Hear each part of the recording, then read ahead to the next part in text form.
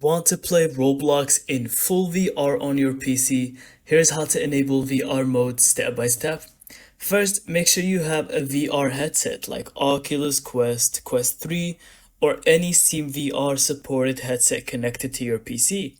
Install the latest Oculus app or Steam VR so your device is ready to run. Now, launch the Roblox app on your PC, go to the settings, scroll down to the VR option and make sure it's switched to on. If you don't see it, confirm your headset is detected by Windows and Steam VR is running in the background. Now, open any Roblox games that supports VR. Once the game loads, Roblox will automatically switch into VR mode.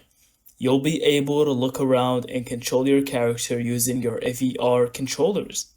For smoother performance, make sure your PC meets Roblox VR requirements and keep graphics set to automatic or manual low if you notice lag. And that's it. Thank you so much for watching. I hope you found this video helpful. And don't forget to leave us your thoughts in the comments.